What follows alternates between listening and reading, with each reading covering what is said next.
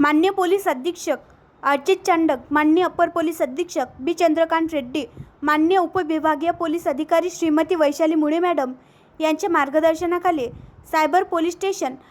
अकोला यांनी सॉल्व केलेला गुन्हा. थोडक्यात हकीकत अशी की नमूद घातावेडी या ठिकाणी यातील फिर्यादी घरी हजर असताना आरोपी नामे सनी विजय दुबे वय 24 वर्ष, वैभव संतोष कोकाटे वय 22 वर्ष, योगेश उर्फ आदित्य कोकाटे, यश अनिल चन्ना केसल वय 20 वर्ष, आकाश वासुदेव उईके वय 32 वर्ष, सर्व राहणार सत्संग भवन परिसर स्टेशन विभाग मूर्तिजापूर